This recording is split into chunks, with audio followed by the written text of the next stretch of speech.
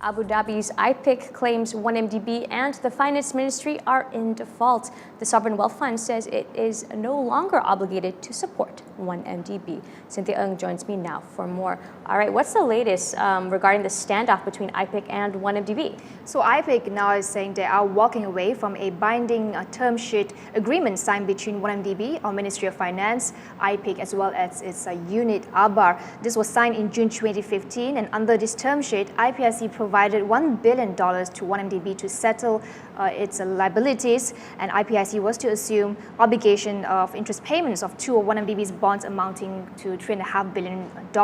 And in return for IPIC taking over the debt, 1MDB agreed to transfer its assets of at least $1 billion to IPIC by 30th June this year, which is about 2.5 months from now, after which IPIC was supposedly will assume all obligations of the two bonds that they guarantee. So what we know so far, that IPIC has paid $1 billion in cash, and they have been paying the interest for that 1MDB loans, but now they say they are walking away because there is a default on the Malaysian side, citing MOF as well as 1MDB. And this comes as the same day as 1MDB saying that they have officially repaid all bank debt, as well as short-term debt, with a cash surplus of 2.3 billion ringgit. Okay, and this has something to do with an interest payment that is due tomorrow. Yeah, so according to Wall Street Journal and Singapore Straits Times, there's a $50 million interest payment expected due tomorrow, and this is part of a $3.5 billion bond issued by 1MDB, guaranteed by IPIC. Now, this is back in May 2012. So in return for this agreement, 1MDB agreed to make payments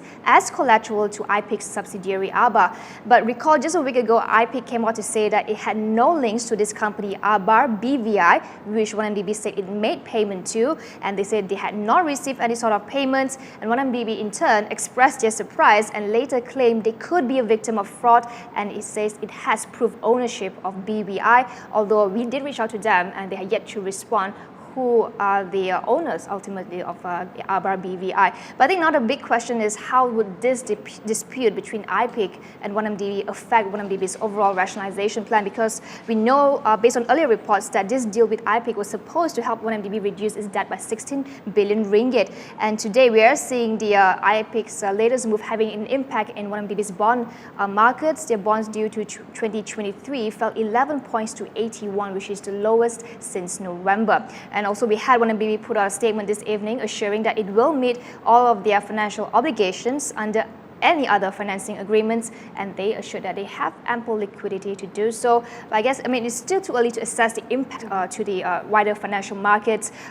Will it pose implications to other GLCs looking to go for fundraising in the global scale? And rating agencies certainly keeping watch on this issue as well. And there could potential legal suits from these bondholders and IPICs as well against the Malaysian government. These are some of the implications should this default comes through.